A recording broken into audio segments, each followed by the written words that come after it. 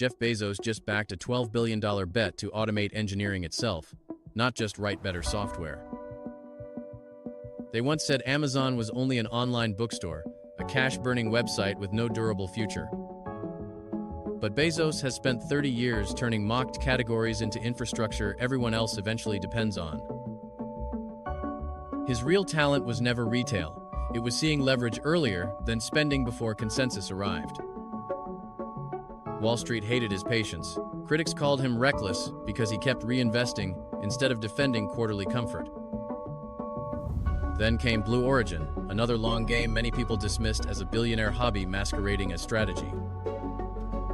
He keeps choosing categories where massive upfront spending becomes the moat after everybody else hesitates. Now he is doing it again with Prometheus, a startup chasing artificial general engineering for the physical world. This is not another productivity assistant. It aims to compress the design cycle for engines, factories, and drugs. The shocking part is not the funding, it's that Bezos is betting software can replace chunks of engineering judgment.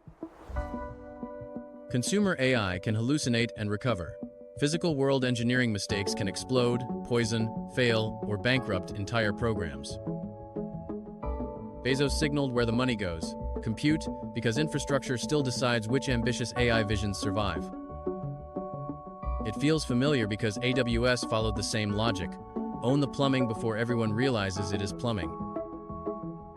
Bezos is obsessed with reducing chaos into a few principles, then scaling those principles across giant systems.